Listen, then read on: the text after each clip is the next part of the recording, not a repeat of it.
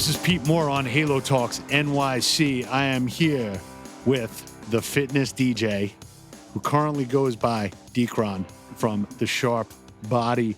Welcome to Halo Talks. Thank you, thank you. So I'm a pro bono DJ. You are a real DJ from back in the day. Successful entrepreneur in the space, moving into a lot of things online and helping a lot of people. The amount of people that you've touched on the music side is admirable, and I wanted to have you on the show here, talk about what your experience has been as an entrepreneur, how things have gone during that path, and what brings you to Sharp Body. So welcome. Give us a little background. Sure, yeah. Thanks, Pete. Great to be here. And my entrepreneurship journey has been a fairly long one. I knew from a pretty young age that I always wanted to run my own business, and I didn't always know what that business should be. Mm-hmm. And, you hear as you go down this journey, what is it that you should be doing? And they tell you to think about your passion, think about doing what's most passionate for you. So I started in corporate. I didn't go straight into entrepreneurship. So I did corporate for a number of years. I was an accountant for a while. Then I went to business school. I was a management consultant. And all throughout, I had the idea that I was going to have my own business one day. And as things turned out, in 2001, I'd taken a hiatus from doing management consulting with the idea of helping my brother with his music. So he's a techno producer and a DJ. He works at Sony Music. He's a techno producer. He plays around the world. He was just in Amsterdam last month DJing. So he's making really nice traction with his career. But years ago he wasn't there yet, and so I wanted to help him. And so I had the business side. He had the music side. So we launched a record label called Gotham Grooves, and we started putting out his music and getting music from all over the world in terms of artists that we were publishing on our label. And a side effect of doing this was I kind of picked up DJing as a hobby, and B, I was getting a lot of motivation from his mixtapes in the gym. And I thought to myself, I said, well, I wonder if I could do something with this because it's really helping me. It's helping me feel like $1 million with these workouts. I wonder if I could help other people. So what I did is I started going to group fitness classes and interviewing the instructor at the end of every class. So I would take a spin class or, a Pilates class or a kickboxing class, what have you. And at the end of the class, I'd ask the instructor, hey, what was this music you used? I've got a label. I get all this great high-energy techno music from Europe and stuff. Would you guys be interested in that? And they were like, yeah, please. It's super important for our class to have good music. So I launched another label that focused just on the group fitness classes. This was Motion Tracks? So this was the predecessor to Motion Tracks. So this was called Rocket Wave 8. And that was the label I came up with. That's where I met David through that circuit. So David Gagnon for all the listeners. Yeah, the one and only infamous David Gagnon. So I'd see David at the trade shows, and he's like, wow, I really like what you're doing. And we actually did a small deal ourselves where he was helping distribute some of our content to his KBC trainers. And so we had some success in that market, but I didn't want to limit it just to the instructor market. I wanted to go beyond and help consumers. So in 2009, I launched a podcast called Motion Tracks. And at the time, it was a running music podcast, which was focused on high-tempo music that would allow the runner to match his strides to the beat of the music. So it's like you and the music are one. You're moving as one unit. So it got super popular. Apple featured us. Well, we had... What are you? What beat are you on? Oh, what is my running tempo? Yeah. Are you usually 165, 170 beats per minute. Yeah. Yeah, I'm probably 138. I'll admit it. Yeah, that's cool. Everyone has their comfort zone. That's what we would do. We would do all kinds of tempos for different types of people. And we had everybody from that's interesting. Yeah. Marathon, Boston Marathon runners who are the elite runners in the country to people who couldn't even run a mile, and they start using Motion Track oh my God, I can actually run now, and I'm going to do a half marathon now thanks to you. That's the kind of feedback we were getting. And then you graduate to higher BPMs, right? You could, yeah. Could, yeah, exactly. Might get on that. Still out there, right? Still out there, yeah. At the time, we were the #1 running music podcast on iTunes, and if you search for it now, it's still among the top 5 results. So yeah. So in our first 10 months, we had over 1 million downloads of our episodes. Wow. And my point or my thought was that we would monetize the podcast through sponsorships. And so the first potential sponsor was K-Swiss. We had met their rep at ECA or one of the conferences, and they really liked what we were doing. I flew out to LA. I had a meeting with the VP of marketing there. They were like, okay, we want to move forward. We've got a budget for you. Things fell through, but we kept grinding along, and we ended up getting deals with like Cliff Bar, Gatorade, A6, Power Bar. We did projects for all these folks as a way to monetize our podcast. And that was exciting. It was an exciting time. We were working with these big brands. We had over 100,000 steady subscribers to the podcast, and just really helping people with their workouts. And then the next evolution was like, okay, we're doing stuff for running, but where do we go from there? And it was, okay, let's do stuff for other modalities. So when I launched Rocket Wave 8, I met all these really great instructors, and I brought one of them in to a studio session, and we recorded him, and we did basically a guided spinning workout. And we put it out as a podcast, and our audience went bananas. They're like, oh my God, that was the best. I could just do this podcast anytime. I get a great spinning workout. And we got the idea like, okay, well, if they really like the content, we could probably sell it to them as well. And so that's what we did. We started making these albums with coaches and music. And it was all, you were getting this all royalty free, or you were buying it or we were licensing licensing music. So because I had that first label with my brother, I had developed relationships with artists in Europe, different labels, and we were basically getting favorable deals where we wouldn't pay anything up front. We would pay them a royalty on the back end. So that was really helpful. Cool. And they were doing like their own compilations and mixes, and it was all we would so basically we would hire the trainer. They would give us the profile of the workout. So let's say it was a treadmill workout or a rowing workout or what have you. They would give us the structure, and I know now, understanding music and understanding fitness, I would map the music to the workouts, different intensities and the tempos and everything that was required to kind of give that person a feeling of like actually being in a group fitness class, but just listening to it on the treadmill or the spin bike kind of thing. Gotcha. So that was Motion Tracks. Then we rolled it up into an app, and so it exists today. We charge a subscription model. We had a number of deals with magazines that helped get the word out about Motion Tracks. We did stuff with Shape for over a year. We did a partnership with Bowflex for a number of workouts for their machines. As you know, Bowflex is a number of cardio machines we did programs for. So that's kind of really how we grew it, Pete. And, that was a really awesome journey. And then Motion Tracks slowed down. So we had raised some capital from friends and family. We invested it. And then we kind of hit a bit of a ceiling. And I wasn't of the mind to get more capital just for a number of things that were going on in my life at the time. I couldn't go down that road at the moment. But, I took a step back from it. I did some just marketing consulting just to get by for a year or two. And then my heart brought me back to fitness, which is why I launched the Sharp Body. So that's where we are today. And so with the Sharp Body, I literally coach people one-on-one how to cut fat, build muscle, and keep their results permanently. And that's all through the app, or is it... We have a separate app for that. We have a white label branded app for the Sharp Body, and that features gives them all the workouts they got to do, video library, tracking. They put their progress, their photos, their meals, all that stuff in there. Got it.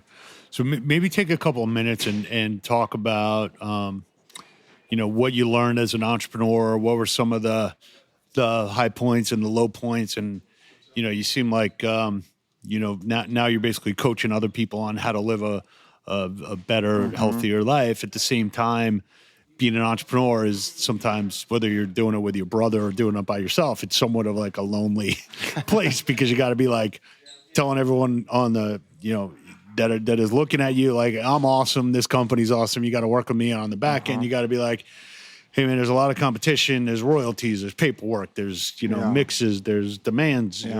So talk about like what your experiences were and like what you learned from that, and how it either amped you up or pulled you down or kind of made you who you are. Yeah, sure. Yeah, you're right on. And when you say there's a lot of like peaks and valleys in this journey, there really, really are.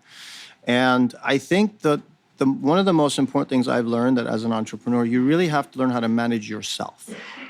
You have to manage your life, your obligations, your energy level, your commitment, your health, because it's really you having to do this over and over and over every single day, no matter what. You're the only one. No one's coming to get you, to save you. If you don't do it, you don't eat. It's your vision, it's your baby. You need to feed it. And you do that by just managing yourself with integrity and responsibility. And really, it's that consistency and that persistence that makes the difference. It's that, I think, also moving quickly I've seen a lot of people be successful because they've been the first in the market. If you think about all these kids that have 300,000 followers on Instagram because they started 3 years ago, they started at a good time. Or YouTubers who started 7 years ago. These guys killed it. And these days it's harder to kill it. So if you're opportunistic and you move fast, you could definitely differentiate yourself in the market. But I think ultimately it's really that consistency and that persistence that's going to get you there. Got it. So you had a successful run with Motion Tracks, and on one of the earlier podcasts we had earlier today, we were talking about this is your baby, right? This is your company. It's kind of done what it needs to do. It's hit a peak, and like, you know what? Like, I don't need to do this. I'm not an indentured servant to the company I created.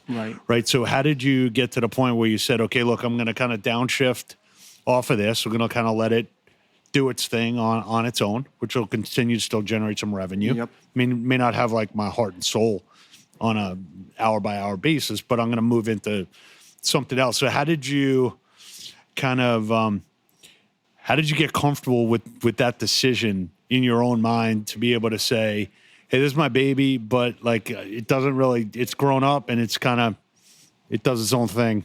And I'm not like devoting my life to it anymore. Yeah, great question. That's one of the hardest decisions I've ever had to make is that one. So there were a number of factors that kind of showed me that it was time to take a step back. On a personal side, I had gotten divorced around that time. So that was one thing that created more difficulty for me.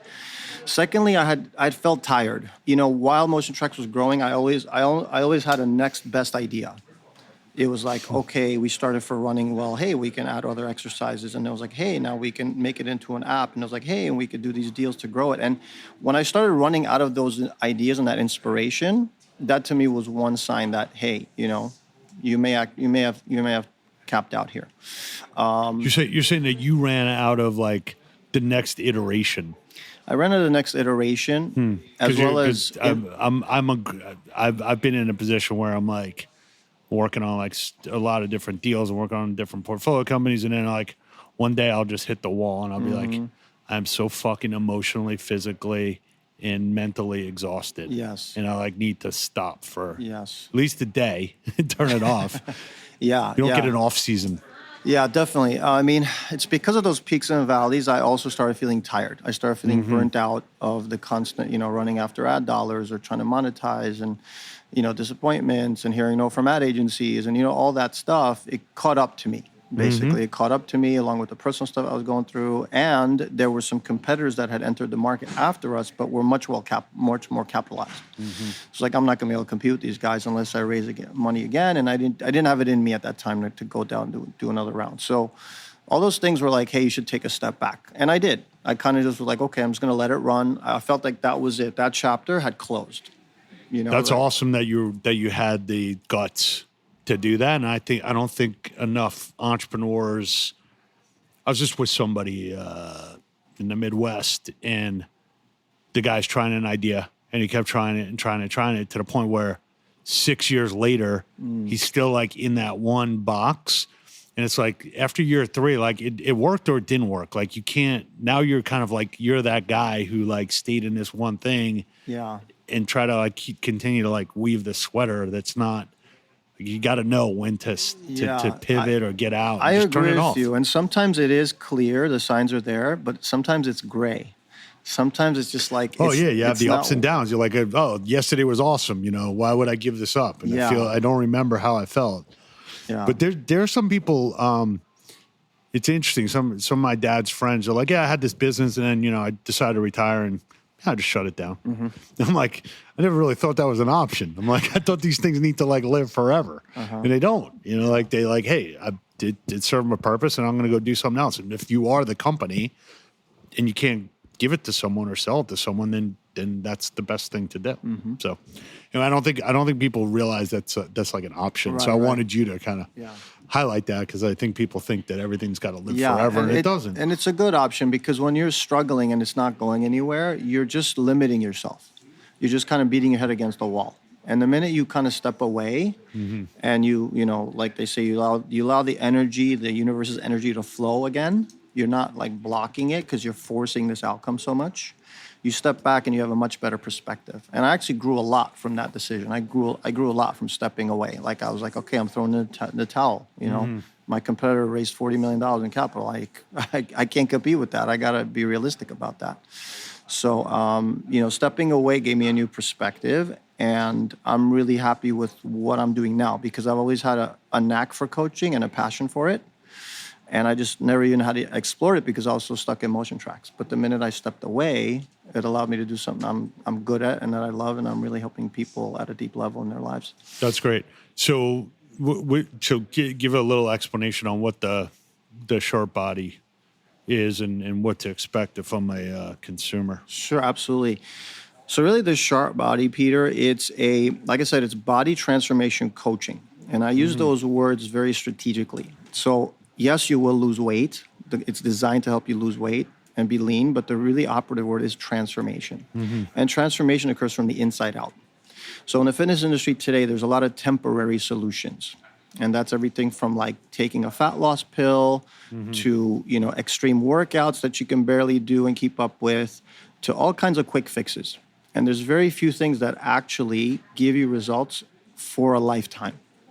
And that's what the sharp body is designed to do. It tackles what I call the 3 M's of body transformation, which is mindset, meals, and muscles. And mindset is foundational. So your body is a reflection of the inside. Your outside reflects the inside. So what I do is I start working on the inside first. So I understand people's limiting beliefs. I understand what their struggles are. I understand what's stopping them. I understand. And people usually, if people are overweight and not happy where they are, it comes down to usually 3 things. It's a lack of knowledge. They don't know what to do. When they get to the gym, they don't know how to eat. It's a lack of motivation. They just can't pick themselves up by the bootstrap. Or it's usually like a lack of time. Those 3 things are usually what stop people. And I focus on all 3 of those things, again, to make sure the mindset is right, the thoughts are the right way, they're inspired, they're staying motivated, they're working out, they're eating right. And then I give them nutrition strategies and workout strategies And that these are all sustainable. personalized. Highly One-on-one. personalized one-on-one, yep.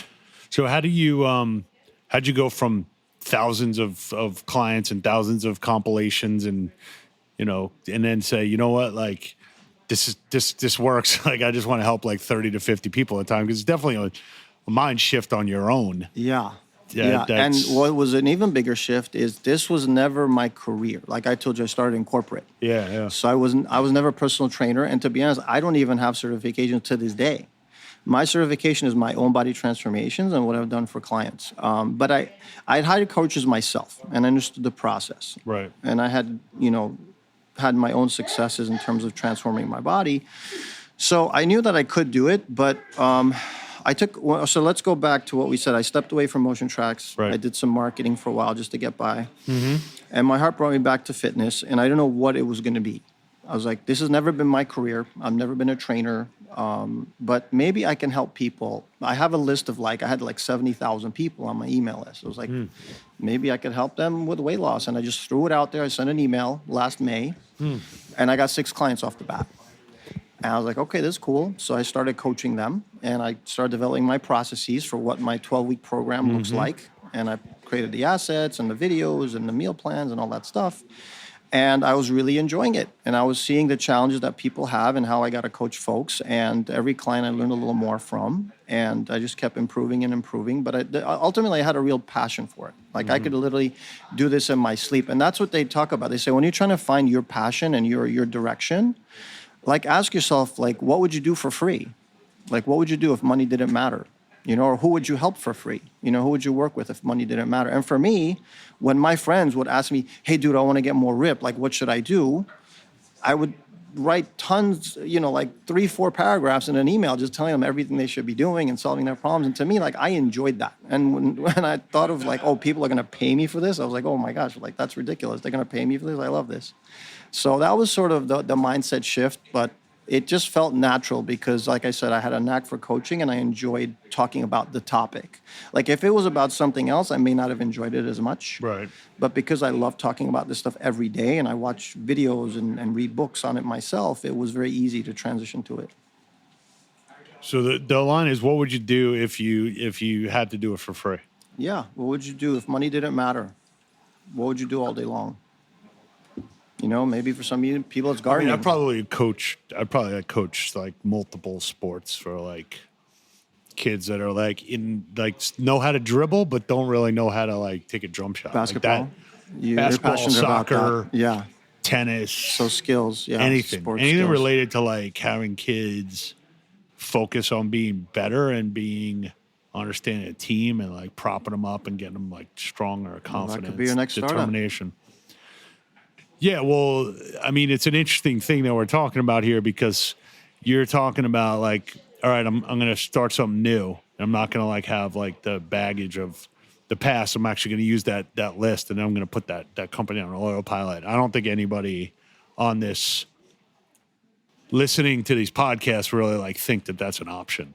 They always think like their companies need to live, or I need to sell it, or and you could just give it to you could sell it to your manager, or if you're a health club operator, Sure. and let them pay you over time, and like just get that weight and that responsibility off of your mindset, Sure. and Or also to a like all PE that company energy. and negotiate like a annuity where you get Or- some money to pay your bills and do Yeah, your or passion. like someone saying like, well, I'm not selling this business unless I get X for it. Well, if that business is making you miserable, then you should sell it for less than X. Like you can tell me what X is, Yep. and try and get me to like represent that X number, but know in your heart that if I come back with 30% of that amount, and get you 70 cents on the dollar, Right. and this thing's like physically killing you, Right. as running this business, like get rid of it and Yeah. like go find something that you want to do if you didn't have to do that's it the for whole money. don't bang your head against the wall. Yeah, that we talked yeah. about. I don't think many people think about that, and I also think that sometimes the passion job is something that people leave for like, oh, that would be nice, in the future, and the future never comes. Yeah. And then you're like, oh, well, I coach Little League once in a while. Yeah, I hear people talking about wanting to make career changes or pursuing something they're passionate about, but what they don't do is they only think about it. They don't take action. And I think that's one of the things that stops people from making that transition is they're dreamers, but they don't actually do something. So personally, I say, and I'm telling a friend of mine this right now who wants to transition into becoming a fashion stylist, ideally for celebrities. I said, oh, that's cool. I said, did you watch the Oscars this year? And she's like, no. I'm like, well, you're not a fashion stylist. Yeah, You have to do something in that every single day. right. If you want to eventually get there, not just dream about it and talk about it. Right. That's important. So what's next? So to give us a little, how do people get in touch with you? Do you have capacity to take on some other clients and help them transform their lives? Thank you, Pete. Yeah, so right now, my coaching is very high touch. So I work with only a select group of people. There's a number of people I let in every month. But if people are interested, they could go to thesharpbody.com, or they could find us on Facebook, The Sharp Body. We post content there every day, including 2 Facebook Lives I do every week, where I cover different topics around mindset, around nutrition, around working out. And people can apply and to see if they'd be eligible for a 60-minute transformation session. So that session is where I take a deep dive into the person's situation. I give them a plan to help them meet their goal. And then I talk about my program. I show them some before and afters of folks I've worked with. And then we would go from there if it's a fit. Great. So what are the quotes in parting here? What are the quotes besides manage yourself, which I think is awesome? Kind of breaks it down into very simplistic words of being a successful entrepreneur, or at least a manageable entrepreneur. Yeah, I think A it's sane that. entrepreneur. It's that, and it's the thing that I wish I learned 20 years ago. Like I would almost trade in my MBA for this one skill, if I knew how important this was going to be later. And they don't teach you this in school. They don't teach you this anywhere. You have to get out there and actually do it. And it's the hardest thing, which is sales. Got it. Yeah, you got to learn to sell. You got to learn to sell. You got to learn to generate leads. You got to learn to close those leads. Otherwise, you're not going to have a business. Every business has to do that, period. Agreed. Well, manage yourself, manage your sales, manage your leads, The Sharp Body. Hopefully it's been a transformational podcast for everyone listening, and wish you success, and love the story and love where you're headed. So glad we met. Thank you. Awesome. Thanks, All man. right.